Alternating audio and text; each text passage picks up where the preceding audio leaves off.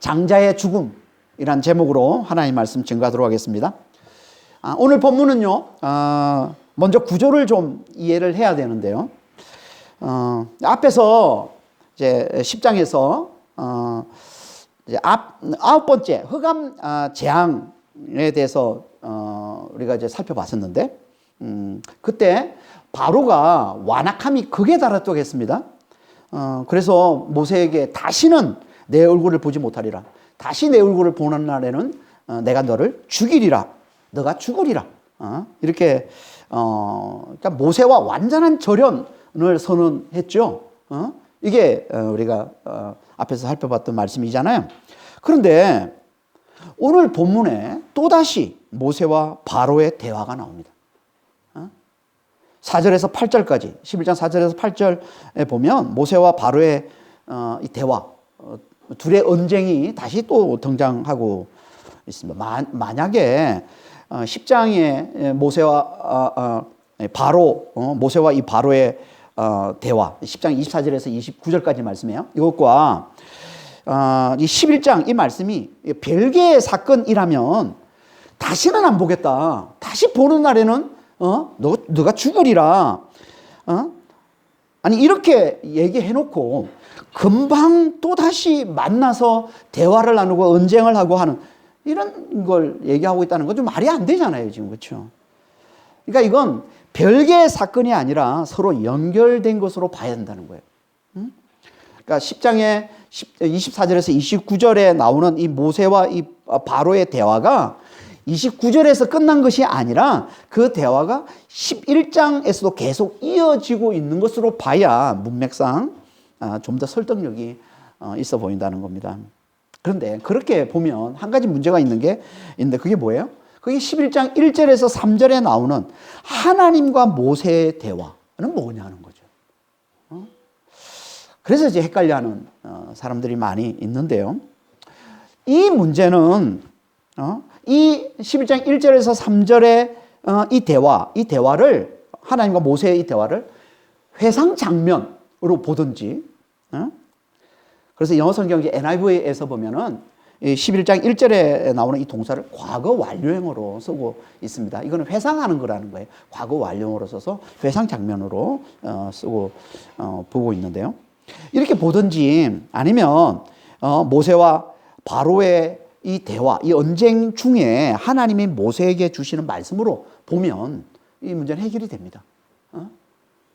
모세와 바로가 예화하는 중에 하나님이 모세에게 말씀하실 수 있는 거예요. 그 마음에 조용히 말씀해 줄 수 있는 거죠. 그렇게 보면 문제가 해결되는 거예요.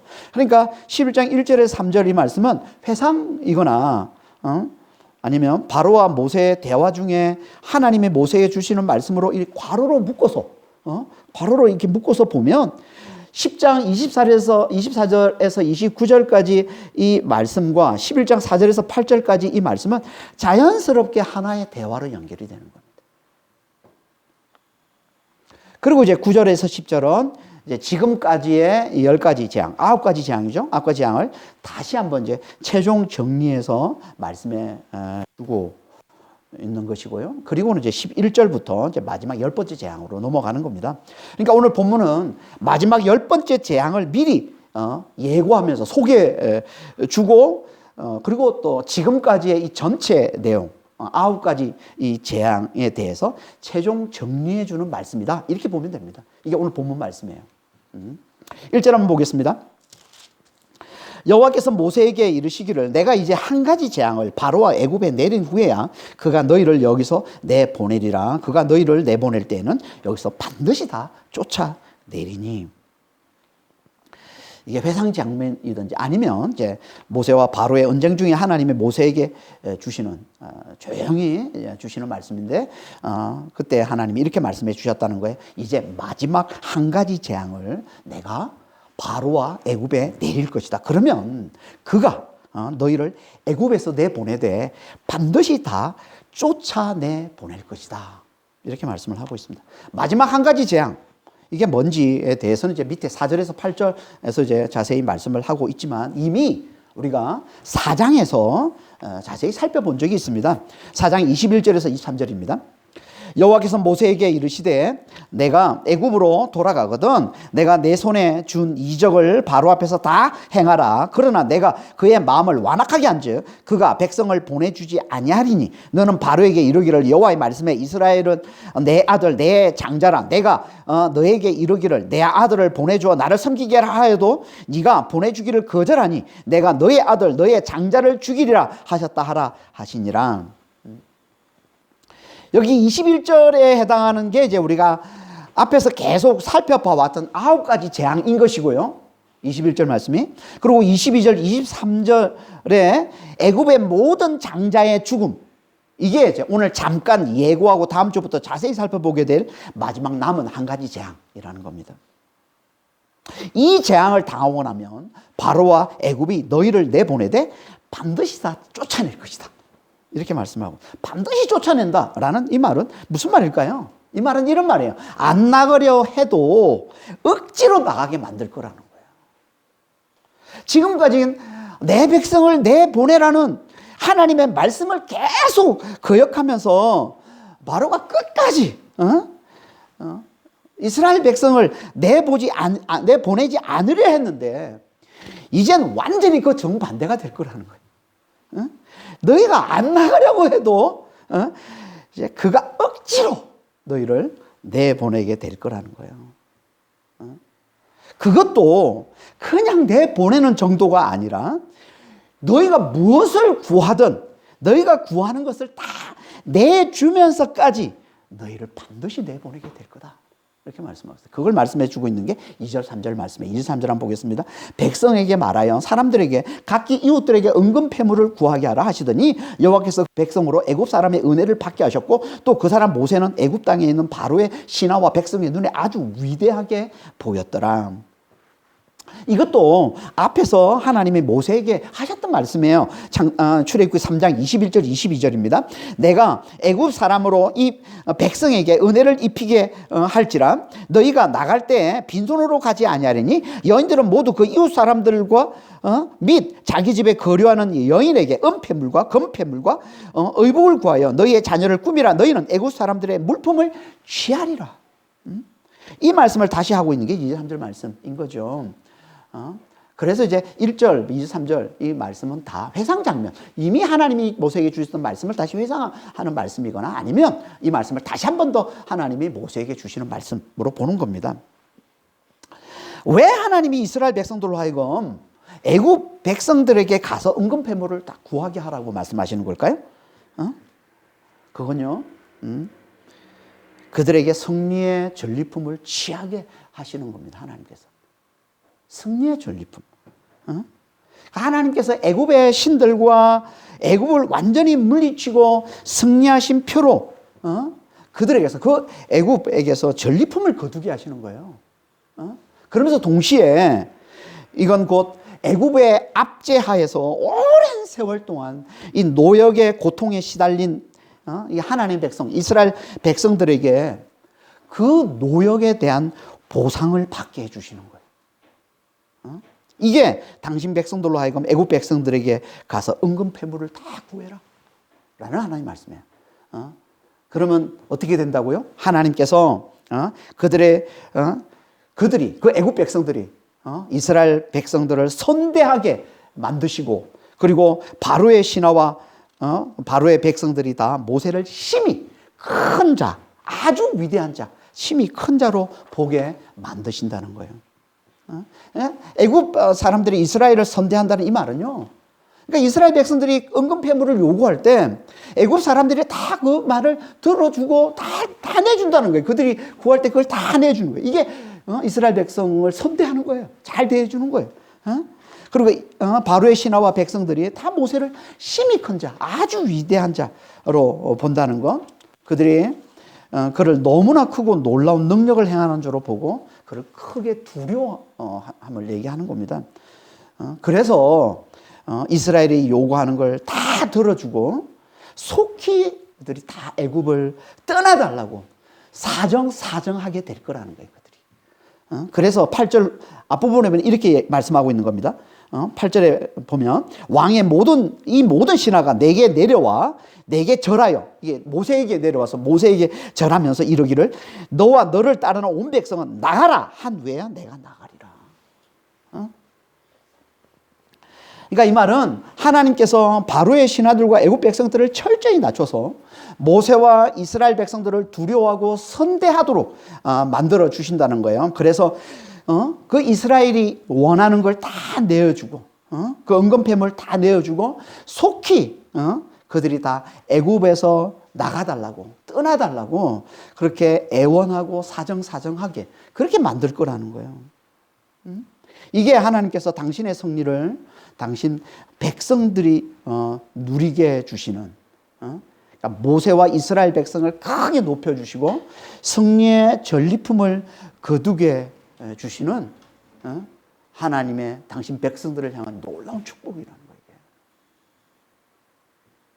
뭘 보여주는 겁니까? 하나님은요, 당신을 믿고 따르는 자들에게 반드시 승리의 전리품을 안겨주시는 분이시라는 겁니다. 하나님은 반드시 당신의 백성들이 수고하고 고통당하고 슬퍼하고 한 그 모든 것들을 반드시 보상해 주시는 분이시다. 우리가 하나님을 믿으면서 당한 그 모든 수고, 그 모든 고통을 우리 하나님은 다 아시고 반드시 당신의 뜻에, 당신의 때에 그것을 보상해 주신다는 거예요. 이분이 우리 하나님이시라는 겁니다. 그러니까 우리는 하나님을 믿으면서 아무리 힘들고 아무리 어려워도 절대 포기하지 말아야 된다는 거예요. 끝까지 하나님을 붙들고 끝까지 믿음을 잘 지키는 자가 되어야 된다는 겁니다. 그러면 하나님께서 반드시 보상해 주십니다. 반드시 승리의 전리품을 우리에게 안겨주십니다. 그래서 갈라디아서 6장 9절에 이렇게 말씀하고 있는 거예요. 우리가 선을 행하되 낙심하지 말지니 포기하지 아니하면 때가 이름에 거두리라. 포기하지 않으면, 우리를 선을 행하되 포기하지 않으면, 낙심하지 아니하면 때가 이름에 반드시 거둔다는 거예요. 그러니까 아무리 힘들고 어려워도 낙심하지 말고 포기하지 말아야 된다. 절대 믿음에서 물러서면 안 된다는 거예요. 이건요, 지금 저한테 너무나 필요한 말씀이에요. 지금 교회의 모습을 보면 너무나 낙심이 됩니다. 그렇죠? 포기하고 싶은 마음이 많이 생길 수밖에 없어요. 너무 지금 교회의 모습이 너무나 연약하니까 이런 제게 주시는 말씀이 이 말씀인 거예요. 선을 행하되 절대 낙심하지 마라. 절대 포기하지 마라. 때가 이러면 반드시 거둘 거야. 반드시 승리의 전리품을 안겨줄 거야. 반드시 은근패물을 안겨줄 거야. 반드시 너가 수고한 그 보상을 내가 반드시 너에게 안겨줄 거야. 하나님께서, 이게 하나님께서 우리에게 주시는 위로의 말씀인 거죠. 모두가 이 말씀 잘 붙들고 힘들고 어려운 시기 잘 견디고 잘 버티고 잘 이겨내시길 바랍니다. 이렇게 하나님은 지금 모세에게 마지막 남은 한 가지 재앙으로 말미암아 바로와 애굽이 이스라엘 백성을 반드시 내보내되 은금 패물을 내주면서까지 내보내게 될 거다라고 지금 말씀하고 계신 거죠. 이게 곧 뭘 말씀하는 겁니까? 이건요, 마지막 이 10번째 재앙이 그만큼 너무나 크고 너무나 철저한 심판이 될 걸 말씀하고 있는 거예요. 그 심판으로 인해 그들이 그렇게 반드시 철저히 완전히 항복하게 될 거라는 거예요. 이걸 지금 미리 모세에게 알려주고 계신 겁니다. 왜 이걸 미리 모세에게 알려주고 계신 걸까요? 왜? 그건요, 먼저 바로에게 주어질 마지막 남은 이 한 가지 재앙을 다시 한번 강조하기 위해서 그런 거예요. 이제 남은 마지막 한 가지 재앙은 이전에 겪은 그 9가지 재앙과는 완전히 다를 거라는 거예요. 마지막 남은 이 재앙은 직접적인 너무나 큰 재앙이 될 거라는 겁니다. 바로가 완전히 항복할 수밖에 없는 너무나 끔찍한 재앙이 될 거라는 거예요. 이걸 강조하기 위해 일부러 마치 호흡을 가다듬듯이 다시 하나님이 모세에게 주시는 말씀이 이 말씀이라는 거예요. 강조하겠어요. 마지막 10번째 재앙은 너무나 크고 너무나 끔찍한 재앙이 될 것이다. 이걸 강조하고 있는 거죠. 그러면서 동시에 이건요, 모세를 위로하기 위해서 주시는 말씀이에요. 앞에서 바로와의 언쟁을 통해서 낙심했을 모세에게 힘과 위로를 주기 위해 주시는 말씀이 이 말씀인 겁니다. 앞에서 바로가 완악함이 극에 달해서 다시는 나를 찾지 마라. 네가 나를 찾는 날에는 내가 널 죽일 거야. 너는 죽을 거야. 이런 말을 듣고 분명 모세는요, 크게 낙심했을 겁니다.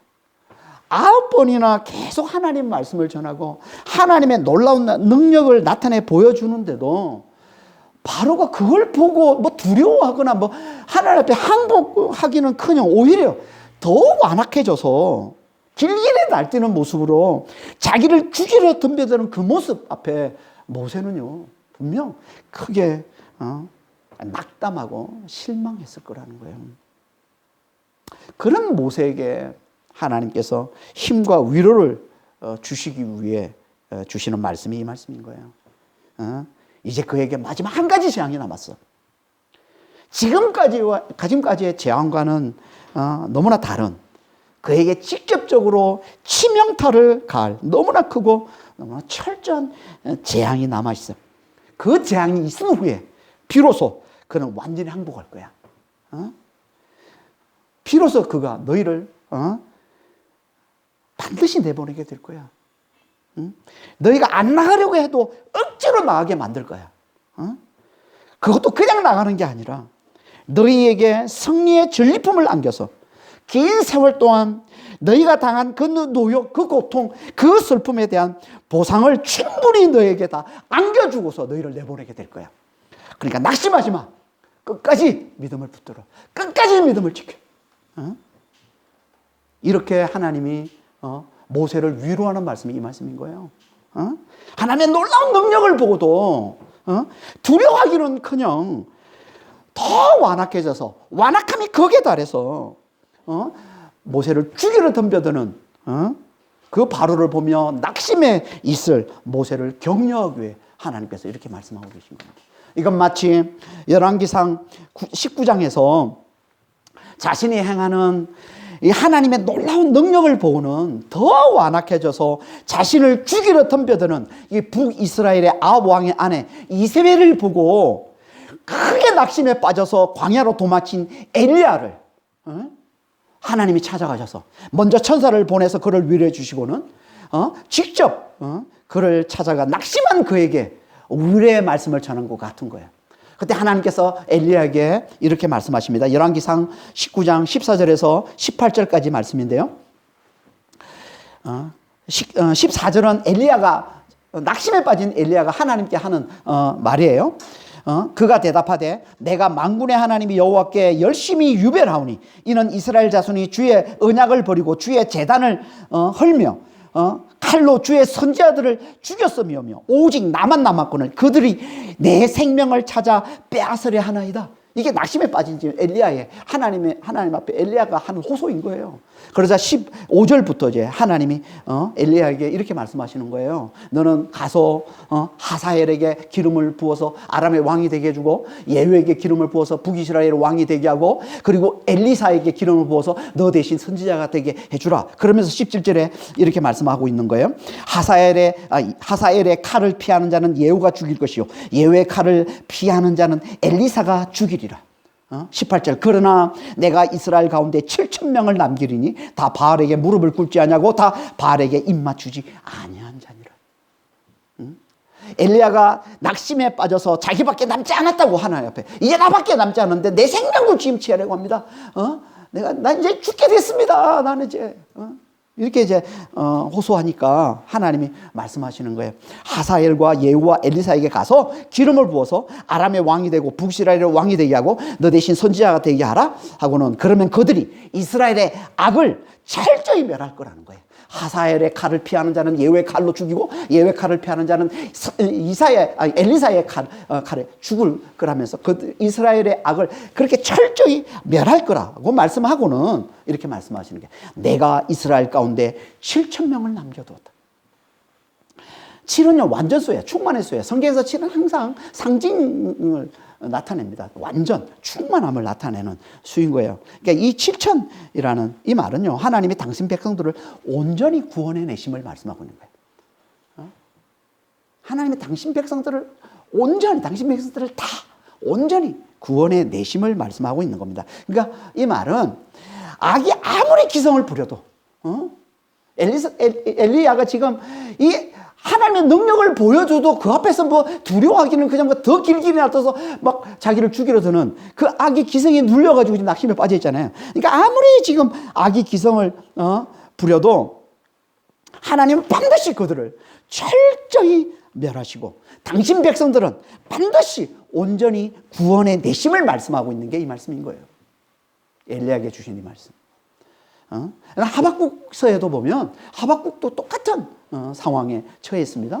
하박국서 1장에 보면은 맨 처음에 어떻게 시작됩니까? 이 하박국 선지자가 하나님 앞에 유다의 죄에 대해서, 유다 악에 대해서, 아니 하나님 저렇게 유다 악이 저렇게 득세를 하고 있는데 어떻게 하나님 가만히 계십니까? 이렇게 하나님 앞에 호소를 합니다. 아무리 자기가 얘기를 하나님의 말씀을 전해도 뭐 돌아서기는 그냥 더 악이 막 득세를 하니까 하나님 앞에 이제 호소하는 거죠. 악을 왜 그대로 두고 돕니까? 그러니까 하나님께서 하박국에게 말씀하는 거예요. 뭐라고 말씀하고 있냐면, 내가 더 큰 악을 들어서, 이게 바벨론을 들어서 내가 유다의 악을 멸할 거야. 그리고 난 다음에 그 더 큰 악까지, 모든 악을 내가 철저히 멸할 거야. 그리고 나를 믿는 자는 내가 반드시 구원해낼 거야. 이게 하박국서 1장 2장 말씀이란 말이에요. 하나님 항상 이렇게 악을 철저히 멸하시고 당신 백성을 온전히 구원해 내심을 계속해서 말씀해 주고 있는 겁니다. 하나님 지금도 마찬가지예요. 지금도 하나님의 말씀을 아무리 전해도, 하나님의 능력을 아무리 보여줘도 그 앞에 끄떡하지 않는 이 세상의 이 악의 기성을 보면서, 그 악이 계속 득세하는 모습, 하나님이 오히려 비웃고 하나님이 조롱하면서까지 이 악이 득세하는 이 세상의 이 모습을 보면서 믿는 자들이 지금 얼마나 낙심에 빠져 있습니까? 그렇지 않아요? 아무리 하나님의 말씀을 전하고 아무리 하나님의 능력을 보여줘도 악이 그 앞에서 오히려 하나님을 조롱하면서 비웃으면서, 이런 모습들이 지금 얼마나 많습니까? 유튜브를 보면 이런 모습들이 너무나 많이 나타나는데요. 그 앞에서 낙심에 빠진 당신의 백성들, 믿는 자들을 하나님이 찾아서 하나님 똑같이 말씀하시는 거예요. 똑같이 위로해 주십니다. 내가 반드시 세상의 악을 내가 철저히 멸할 거야. 그리고 나를 믿는 내 백성은 내가 온전히 구원해낼 거야. 하나님 지금도 동일하게 말씀하고 계신 겁니다. 그러니까 우리는 이 악의 이 기성 앞에 주눅들지 않으려면, 그 악의 기성, 악이 계속 득세하는 모습을 보면서 우리가 그 앞에 기죽지 않고 낙심하지 않으려면 하나님 이 말씀을 잘 들어야죠. 내가 악을 반드시 멸할 거야. 이 말씀 끊임없이 하나님 우리에게 들려주시는데 이 말씀을 잘 들어야 되는 거예요. 그 우리의 믿음의 연단을 위해 하나님께서 그 악을 도구로 쓰신 후에, 하나님이 악을 남겨두신 이유는 뭐라고 그랬어요? 앞에서 우리가 계속 살펴봤잖아요. 왜 완악한 자를 하나님이 남겨두십니까? 그 악은 우리의 믿음의 연단의 도구로 쓰시는 거예요, 하나님께서. 믿음의 연단을 도구로 쓰신 후에 하나님께서 반드시 그 악을, 그 모든 악을 하나님 다 철저히 멸하시고 당신 백성을 반드시 온전히 구원해 내신다는 이 하나님의 말씀을 우리가 늘 잘 들어야 되는 거예요. 모세에게 주시고 엘리야에게 주시고 하박국에게 주셨던 이 말씀, 하나님은 지금 매일 계속 들려주고 계시단 말이에요, 우리에게도.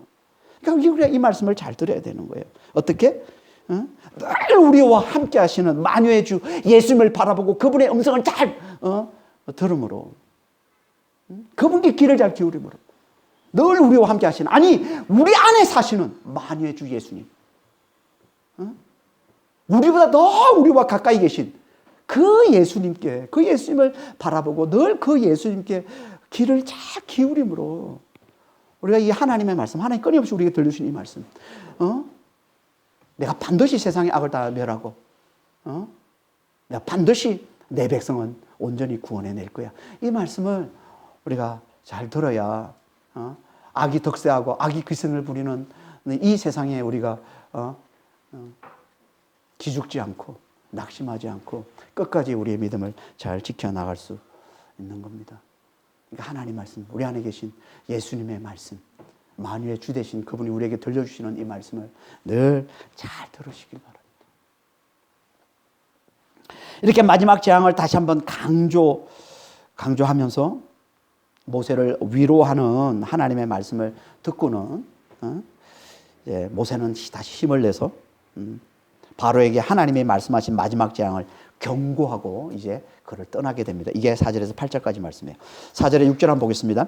모세가 바로에게 이르되 여호와께서 이와 같이 말씀하시기를 밤중에 내가 애굽 가운데로 들어가리니 애굽 땅에 있는 모든 처음 난 것은 왕위에 앉아 있는 바로의 장자로부터 맷돌 뒤에 있는 몸종의 장자와 모든 가축의 처음 난 것까지 죽으리니 애굽 온 땅에 전무후무한 큰 부르짖음이 있으리라. 지위 고하를 막론하고 하나님께서 애굽에 있는 모든 처음 난 것들, 장자들은 다 죽이신다는 거예요. 왜 애굽의 모든 생물, 사람뿐만 아니라 짐승까지 모든 생물 처음 난 것을 하나님 다 죽이시는 겁니까? 그 이유가 뭘까요? 그 이유를 4장 22절, 23절에서 말씀해 주고 있습니다. 너는 바로에게 이르기를 여호와의 말씀에 이스라엘은 내 아들 내 장자라. 내가 너에게 이르기를 내 아들을 보내주어 나를 섬기게 하라 하여도 네가 보내주기를 거절하니 내가 너의 아들 너의 장자를 죽이리라 하셨다 하라. 왜 하나님께서 애굽의 모든 장자를 하나님 왜 죽이신다고요? 하나님의 장자인 이스라엘을 보내주기를 거절했기 때문에 그래요. 극심한 노예의 고통으로 인해서 하나님께 부르짖는 하나님의 장자 이스라엘을 애굽에서 내보내라고 그렇게 하나님이 말씀하는데도 그걸 거역하고 계속 억압하면서 그 하나님의 장자를 죽이려 하기 때문에 하나님이 그 벌로 그들을 심판해서 바로의 장자를 비롯한 애굽의 모든 장자, 모든 처음 난 것을 다 죽여서 애굽 온 땅에 큰 부르짖음 있게 만드시는 것. 이게 하나님의 마지막 재앙이라는 겁니다. 그러니까 하나님은 당신의 장자 이스라엘을 보내지 않기 때문에 계속 그를 붙들고 억압해서 결국 그 하나님의 장자를 죽이려 하기 때문에 그 벌로 애굽의 모든 장자를 하나님이 치셔서 죽이신다는 겁니다. 하나님의 장자 이스라엘. 성경에서 자주 하나님은요 이스라엘을 내 아들 내 장자라고 말씀하십니다. 여러 성경 구절에서 말씀을 하고 있는데요. 하나님이 이스라엘을 내 아들이라고 하시는 건 그들과의 특별한 관계, 친밀한 관계를 강조하기 위해 말씀하시는 걸 우리가 알 수 있는데 내 장자라고 말씀하시는 건 무슨 의미일까요? 내 장자, 내 아들, 내 장자. 그러니까 친밀한 거에 특별한 관계를 더 강조하는 표현인데 내 장자라는 이 표현은 장자라는 말은 무슨 말이에요? 다른 아들이 또 있음을 전제하고 있는 거죠. 장자라는 말은. 그러니까 하나님께 또 다른 많은 아들이 있음을 나타내면서 그들의 시작이요. 그들의 대표임을 강조하는 단어. 이게 장자인 거예요. 그들의 시작, 그들의 대표. 그래서 이걸 또 아버지의 기업을 물려받는 최고의 지위를 나타내는 표현으로 쓰고도 하는 겁니다. 최고의 지위. 아버지의 기업을 물려받는 최고의 지위를 나타내는 그런 뜻으로 쓰는 겁니다. 대표. 그러니까 장자는 첫째 아들이니까 첫째 아들이 있다는 건 곧 그 다음 둘째 아들, 셋째 아들 많은 아들이 있다는 거예요. 하나님께는. 그들이 누굴까요? 당연히 열방 가운데서 이스라엘을 첫째 아들인 이스라엘을 통해서 하나님께 돌아오는 백성들을 말하는 겁니다. 그러니까 하나님의 첫 백성인 이스라엘 하나님이 장자인 것이고 그들을 통해 나타나는 하나님의 능력을 보고 하나님께 돌아오는 열방의 수많은 백성들이 하나님의 많은 아들들이 되는 겁니다. 이걸 나타내면서 이걸 그들의 시작이요. 그들의 대표임을 강조하는 거예요. 이게 이스라엘이 내 장자다라는 말씀인 거예요. 하지만 여기에 또 다른 어떻게 보면 더 중요한 의미가 담겨 있는데요. 그게 뭐냐면 이건 진정한 하나님의 장자이신 그리스도를 예표하는 표준적 의미라는 거예요.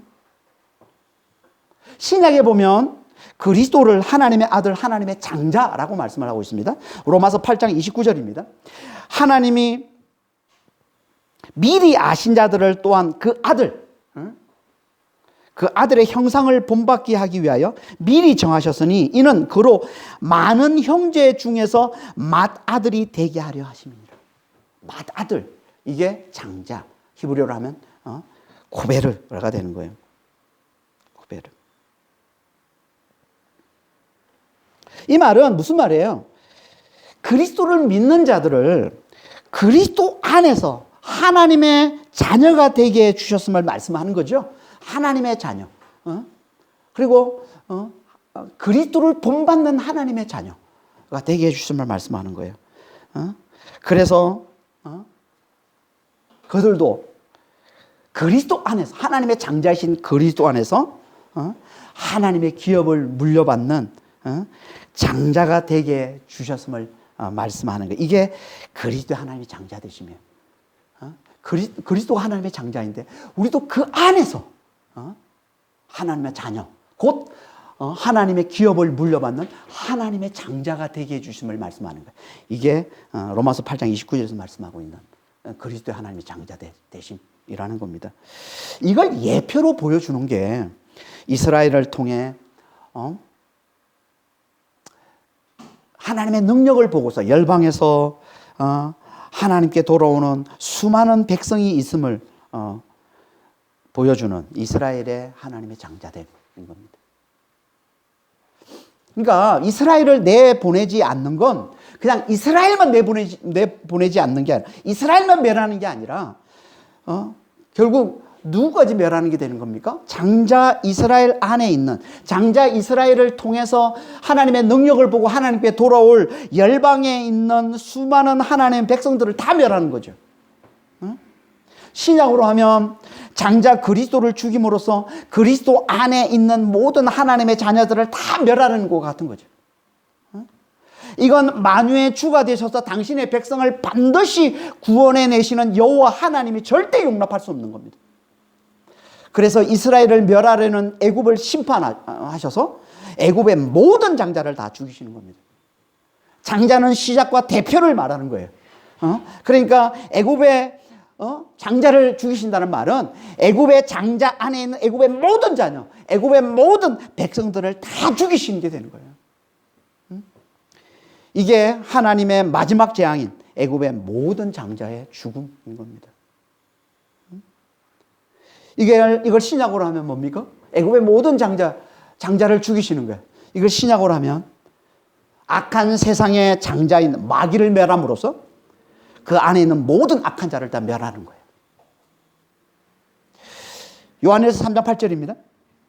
죄를 짓는 자는 마귀에게 속한나니 마귀는 처음부터 범죄함이라. 하나님의 아들이 나타나신 것은 마귀의 일을 멸하려 하심이라. 요한복음 8장 44절에 너희는 너희 아비 마귀에게서 났으니 너희 아비의 욕심대로 너희도 행하고자 하느니라. 그는 처음부터 범죄한 자요, 살인한 자요, 진리가 그 속에 없으므로 진리에 서지 못하고 거짓을 말할 때마다 제 것으로 말하나니 이는 그가 거짓말장이요 거짓의 아비가 되었습니다. 이 말이 곧 무슨 말이에요? 곧 마귀가 이 악한 세상의 장자임을 보여주는 거예요. 악한 세상의 장자, 악한 세상의 임금, 악한 세상의 왕이라는 거예요. 이게 마귀라는 거예요.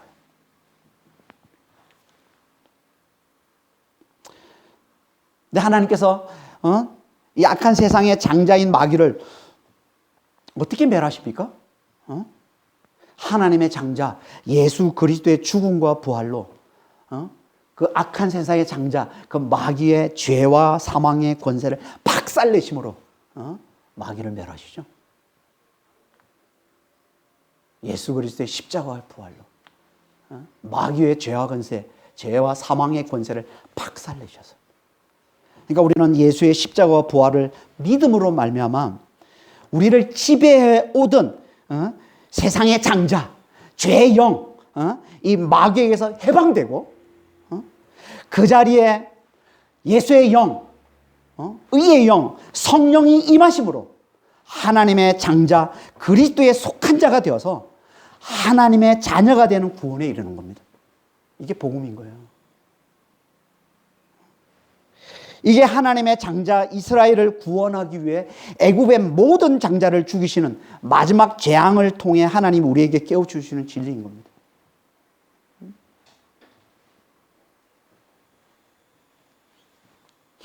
그러니까 우리는 좀 하나님의 장자 그리스도 안에 잘 거하는 자가 되는 거예요. 그리스도의 죽음과 부활 안에 우리가 잘 거하는 자가 돼야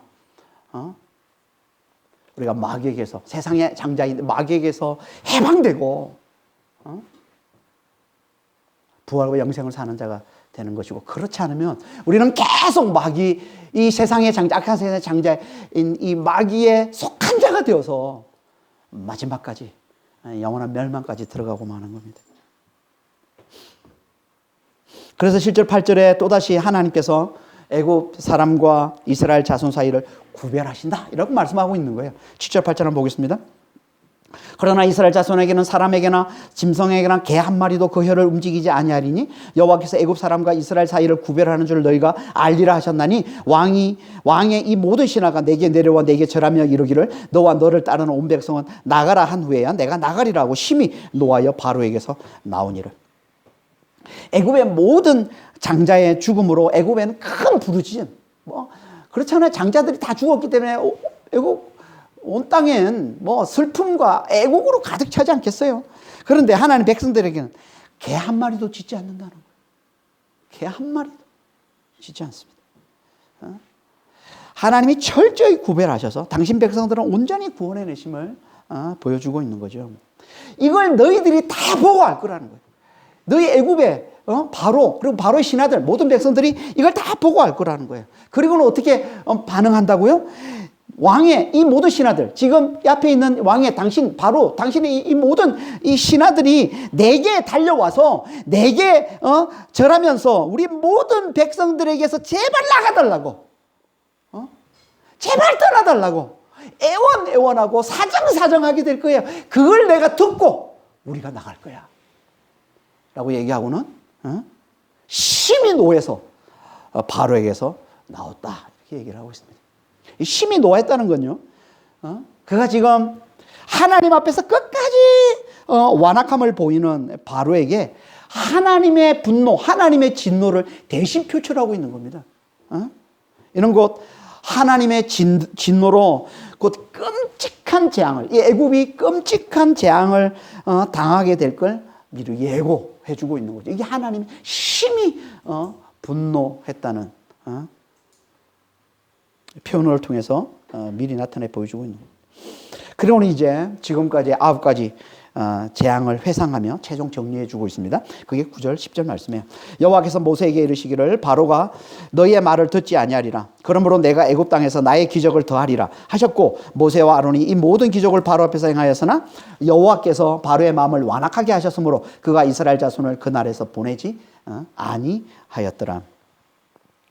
9절은 10가지 재앙, 이 9가지 재앙을 내리기 전에 하나님이 모세에게 하셨던 말씀이에요. 4장에서도 7장에서도 하나님이 모세에게 하셨던 말씀이에요. 바로에게 내 백성을 보내라는 하나님의 말씀을 전해도, 너가 가서 바로에게 가서 내 백성을 보내라 얘기해도 그가 내 말을 듣지 않을 거야. 그래서 내가 이 애굽 땅에 많은 기적을 나타내 보일 거야. 그 많은 기적이 뭐예요? 그게 우리가 앞에서 지금까지 계속 살펴보았던 9가지 재앙인 거예요. 내 많은 기적을 나타내 볼 거야.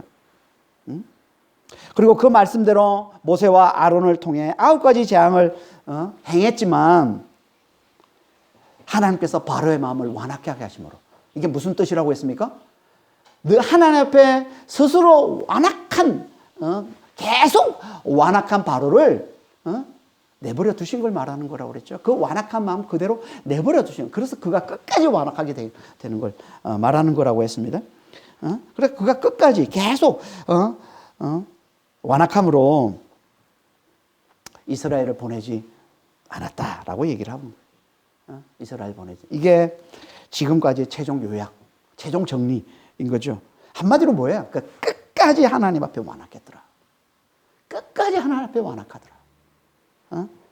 그럼 결국 어떻게 된다고요? 애굽의 모든 장자가 죽임을 당하는, 그 안에서 모든 백성이 다 죽임을 당하는 끔찍한 재앙을 맞을 수밖에 없다.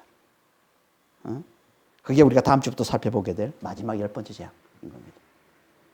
그러니까 우리는 끔찍한 재앙을 당하기 전에 어떻게 해야 돼요? 하나님의 말씀을 무시하고 끝까지 자기 생각만을 고집하는 이 자기 중심의 이 완악함을 빨리 깨고 나와야죠. 빨리. 이 끔찍한 재앙을 당하기 전에. 우리가 어떻게 이 완악함, 자기 중심의 이 완악함을, 하나님의 말씀을, 아무리 하나님의 말씀해도 그걸 무시하고 멸시하고 끝까지 자기 생각만을 고집하는, 이게 완악함이잖아요. 자기 중심의 이 완악함. 이걸 어떻게 우리가 깨고 나올 수 있습니까? 한 가지 방법밖에 없어요. 그게 뭐예요? 하나님의 말씀을 잘 듣는 것 외에는 없습니다. 다시 말해서 예수의 복음을 잘 듣는 것 외에는 방법이 없어요. 예수의 복음을 잘 들어야. 예수의 복음이 뭐예요? 우리는 세상의 장자인 마귀에 속한 자가 되어서 멸망당할 수밖에 없는 자였으나, 원래 우리가 그런 자였잖아요. 다 너희 아비 마귀에 속했다고 그러잖아요. 요한복음 8장 44절에. 우리는 다 그런 자였으나 마귀를 멸하러 오신 하나님의 장자 예수를 믿음으로 말미암아 십자가에서 죄의 영 마귀에 대해 죽은 자가 되었고, 이제 그 자리에 부활하셔서 만유의 주가 되신 예수님이 성령으로 들어와 사시는 자가 되었다는, 이게 예수의 복음이잖아요. 이게 이 예수의 복음을 잘 듣고 잘 믿는 거 외에는 방법이 없어요. 자기 중심의 이 완악함을 깨고 나오는 길은 이거 외에는 방법이 없습니다. 그러니까 정말 우리는 예수의 복음을 잘 듣는 자가 되어야 되는 거예요. 그러니까 우리는 예수를 믿어서, 예수를 잘 믿어서 하나님의 장자이신 예수의 죽음에 속한 자가 되면, 십자가에 속한 자가 되면,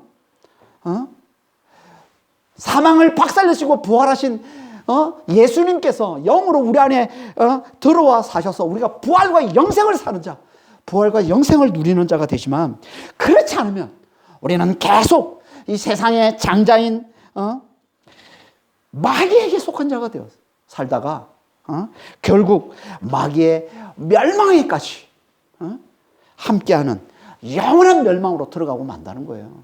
그러니까 우리는 잘 선택해야 되는 거예요. 믿음은 선택입니다. 믿음은 선택이에요.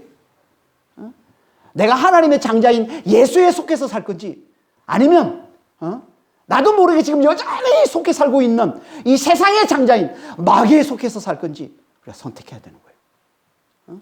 이걸 깨우쳐주기 위해서 하나님 우리에게 말씀을 주신 것이고, 이걸 더 확실하게 깨우쳐주기 위해서 성령이 우리 안에 들어와 사시는 겁니다.